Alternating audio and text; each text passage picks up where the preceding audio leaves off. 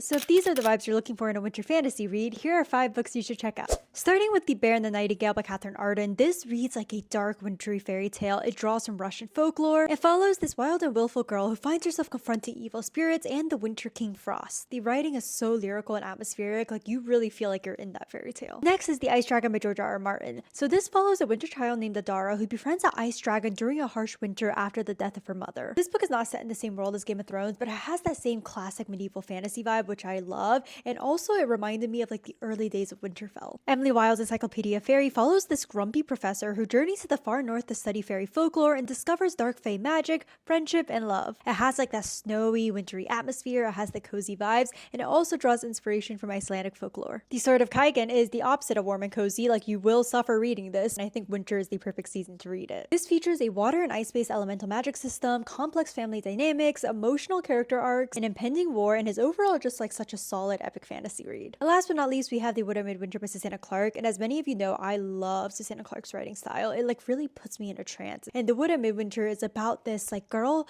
who's in a magical forest who can speak to the trees. I will say this one leans a little bit more abstract, so if you're someone who doesn't like abstract plots, this one may not be for you, but this is just such like an enchanting short wintry read.